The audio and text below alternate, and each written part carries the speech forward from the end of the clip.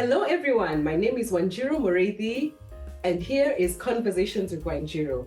We're still in South Africa in Cape Town, but with a very, very special guest. Someone who was there at the very beginning when I started off my wine journey, has been teaching and creating legacies for a lot of people. The effervescent, very, very witty. I think cute jokes about your cats on Twitter and all. Shame. Cathy Marston.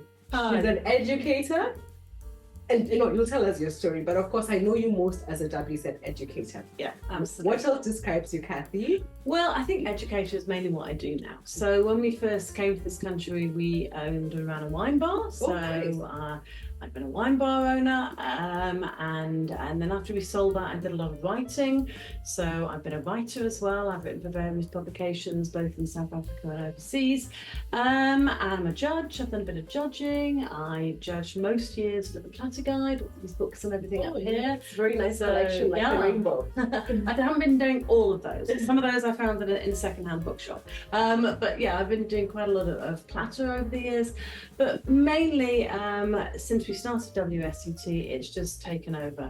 And when I started WSET, I was probably a writer who did a bit of teaching, and now I'm definitely a teacher who every now and then gets let out and allowed to do a bit of writing. Okay. Mainly teaching. And I mean, teaching is so rewarding. Teaching is something I love to do as well. Yeah. And you have taught about, I think, over 20 Kenyans now. But the period of 10 years since I met you, I know I did my classes with you for the first time in 2014. Yeah. I wanted to get into the wine space, and I was looking for something. Yeah. The first course I did was with Jonathan Stein. Okay. The postgraduate diploma in wine business management. And woo, that was intimidating. Eye-opening. Eye-opening and intimidating. But I mean, it made me come to the Cape Winelands more often with the intention to study. And of course, I find out about the Wines in Space Education Trust. And I think I drove to your house. And I was asking, can someone buy the books without registering for the course and all that jazz? Yeah. But then, you lay the law. Come and join us. Come and join us. We need you. Yeah, come and join us. The class is on this date. This is the process to register. And then I came. And I think the level 2 I did, my first class, was at Warwick Wine Estate. Oh my word, that's right. What we used to taste that lovely venue. Yes. And then we used to go out and sabrage at the end, didn't we? Exactly. Yes. And I try and copy a few things. But I'm getting ahead of myself. Okay. You're a British national living in South Africa. Yeah, we've been here 22 years. All right then. And you talked about, of course, the judging, the writing and all that stuff. Yeah. Why South Africa? Why did you come here? And then take us through your journey now to set up the WSET approved APP. That's right, approved program provider. Approved program provider. I always forget what it means. No, I just said APP. It's much quicker. Well, so we came here in 2001. I was working for a wine merchant in the UK called Adnams, and I was their marketing manager. But Adnams was owned by a brewery, and the brewery was much bigger than the wine side. So at that point, they decided to merge the wine and the beer marketing, and I got made redundant basically. So my husband and I were like, well, what should we do? We could look for other jobs, but we've always wanted to travel. We always wanted to go and live overseas somewhere.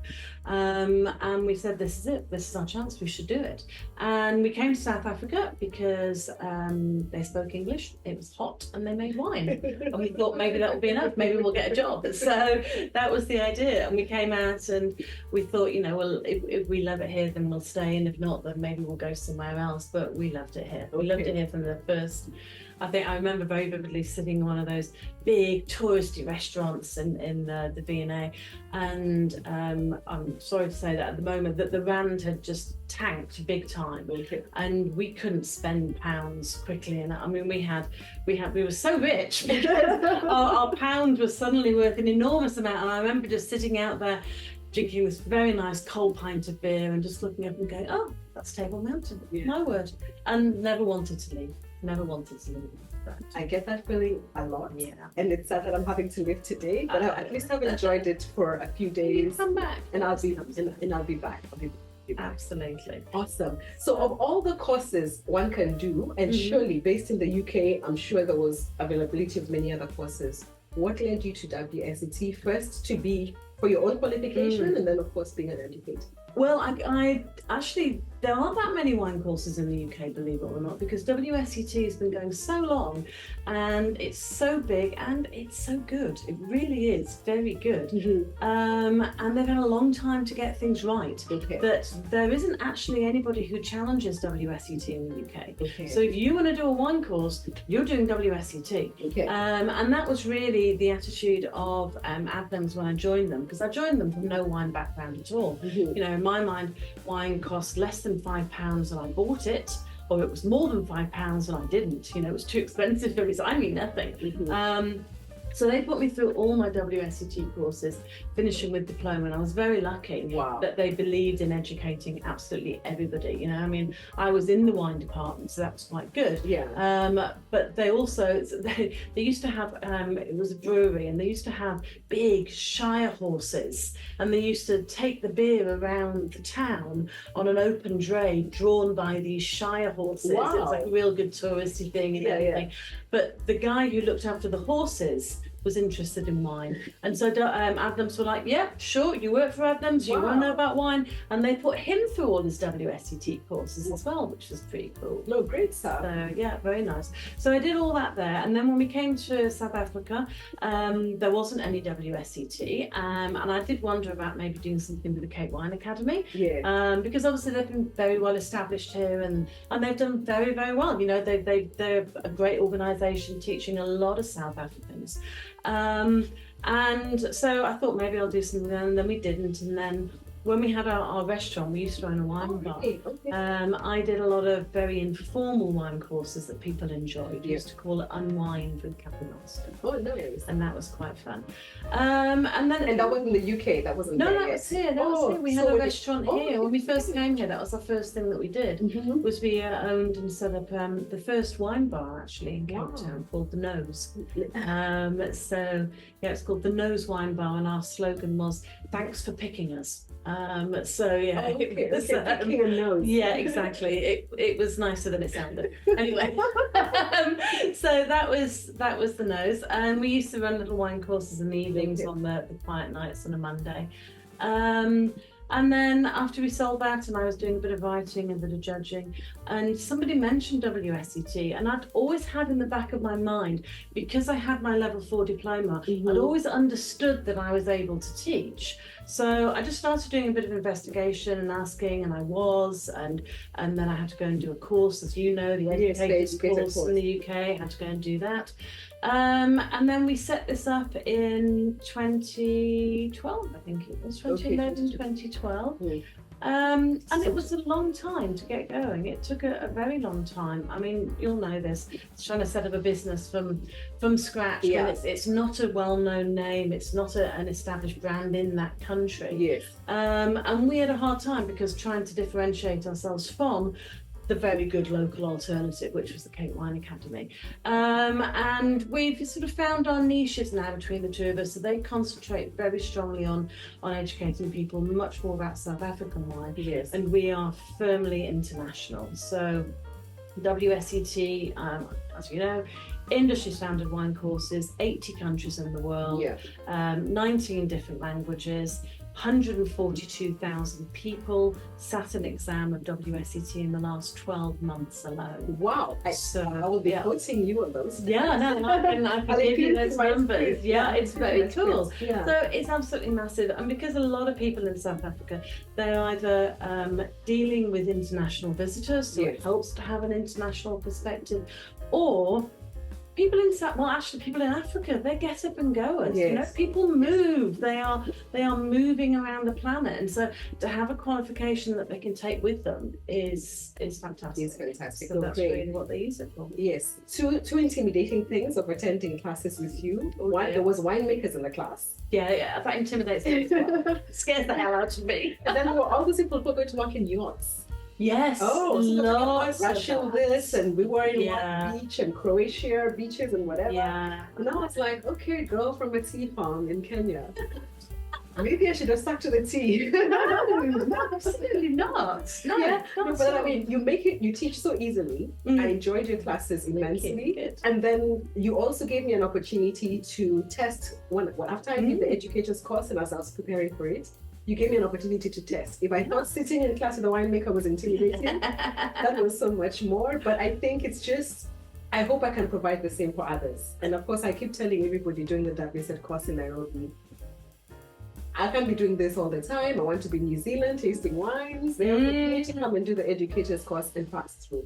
And I'm glad, hopefully from the big batch of level 3s, I think there's about 10 who qualified over time, that there will be more educators. Yeah, you've done a great job. So thank you. I don't believe in myself. No, yeah, and look, you've got like a whole team now in the blind wine tasting. Exactly. And all of those skills for WSET. Yes, this, they're all they're level 3. Yeah. This year, all of them were level 3 graduates. And that's you who kicked that off, huh? Yeah. So it was quite good. Yeah, it's been great, and great things will come about. So what has been the most fulfilling thing for you over now your time with the WSET education? Because there's different programs. There's different programs, like you said, for different people. Yeah. But tell us about the market here and how it has been. So we teach all 4 levels. So we teach from level 1, which is a 1-day course that we do actually teach mainly with South African wine, but it covers international. Yes. Level 2, which is our most popular course, which is I like to say that's for dinner party drinkers. It's the people who've heard of these words like Chianti and Sancerre. They don't know what they mean, but they've heard of the words, like maybe in movies or something like that. And that's the level where we actually explain what those are. So that's a fun level. I like level 2 a lot. Level 3 is, is pretty full on, and it's pretty serious, and you need to really knuckle down there. And then we teach level 4. We're the only provider in Africa and the Middle East that teaches level 4. Wow. And we only have 1 intake a year. But level 4 it's extremely hard work. It's a lot of commitment. It's a lot of money, I'm not going to lie. Yeah. But it's a lot of commitment. But if you get that, that is a life changer. That is what you need. It's what you need to go and do a Master of Wine. It's what you need to be a marketing director at Tesco's, or a senior wine buyer at Waitrose or something like that. If you want to be really top level, that's what you need is you need diploma. Okay. And that's fun. 2 whole years minimum. Yeah, it's about that. 2 whole years minimum, and you do where level 3 you do 1 tasting exam with. Is it 2 wines or 3 wines? 2 wines, and then you have a 2-hour theory exam. Yeah. So diploma's different. Diploma has sparkling wine exam, fortified wine exam, red still wine exam. 2 still wine exams. 2 still wine exams. And sparkling? Sorry, have I said sparkling already? So 3 wine exams, 4 wine exams. So 2 for the stills, 1 for fortified, 1 for sparkling. We teach a business of wine unit. Yeah. We teach viticulture and vinification, so grape growing winemaking. And then there's also a personal research project as well that people have to do, and you must pass all those 6 modules over the 2. And you still get distinctions? We do sometimes get distinctions. Yeah, it's very, very difficult to get, but we get distinctions in individual units, and then sometimes we do get distinction students overall. So. Okay, so I did register in 2019. My idea was to do sort of a block release program in the UK office, where you do all your theory in 6 weeks. Yeah, hectic, huh? I'm glad I didn't even start. Yeah. I came to my senses right before, but then clearly I would have had to travel for my exams, and that is where the numbers didn't quite add up. Yeah. You have paid the chunk, which is the fees, but then visa requirements and having to travel back and forth was going to be a big challenge. And I think also, I didn't know COVID was coming, but I was trying to think, if I want to work in Africa still, perhaps the ROI on that investment may not even be needed for me at the time. At the time, because then you would have to get a job abroad. I think for people, to understand where WSET diploma sits in, because Wine Academy have a diploma as well, but they're not really on the same level. They are quite different. So a lot of the people who've got WSET diploma here in South Africa, they are going overseas. They are looking at travelling, or they are using it to leverage themselves into sort of like high-powered jobs. Okay. And that's what we hope will happen. And there's a huge ecosystem here that's diverse in terms of the number of opportunities you can get in the different fields. Absolutely. We like it that Kenya is now Kenyans can travel visa-free to South Africa. So I know there's a scholarship opportunity for the class starting in April for for level 4, and then there's a few people who have applied. Yeah. But I think the biggest sell also is you can up and go now and come to Cape Town anytime you want. Yeah, that's The tickets are tear-jerking prices. They're not really good, but at least the chunk of the scholarship, I think it was more than half. Yeah, it's well more than half. It's 105,000 rand. Okay. So it's a big fat chunk. But you're right. On top of that, whoever gets it has got to be able to get to Stellenbosch for the lessons and for the exams. And they've got to also be prepared to invest in themselves over the year in terms of additional wine tastings. You know, you're always going to want to taste more wine. So it's a hell of a commitment, even with that scholarship. But that scholarship is from the Gerard Basset Foundation, which is an organisation set up in the UK in memory of Gerard Basset, who was one of the most amazing people in the wine industry. He was a master of wine, he was a master sommelier, he was an MBE, he had a whole load of letters after his name, and just a really lovely man, very nice guy. Died far too soon, and his family and a lot of people in the industry have set up these scholarships. And what they're meant to do is that they are trying to help broaden people in the wine industry, to get some diversity in there, to get some inclusivity, and because of that, and what we try very hard to do in South Africa is to get a much broader cross-section of people involved in the wine industry. I mean, in the past it's been very pale, it's been very male, and that cannot be the future. No one wants that. But there are barriers. There's always barriers for people getting in there. So if we can reduce the financial barrier, then that's something that we're hoping to do. And what I wanted, we've had a lot of help internationally. We have sponsorships from an organisation called the Pinotage Youth Development Academy.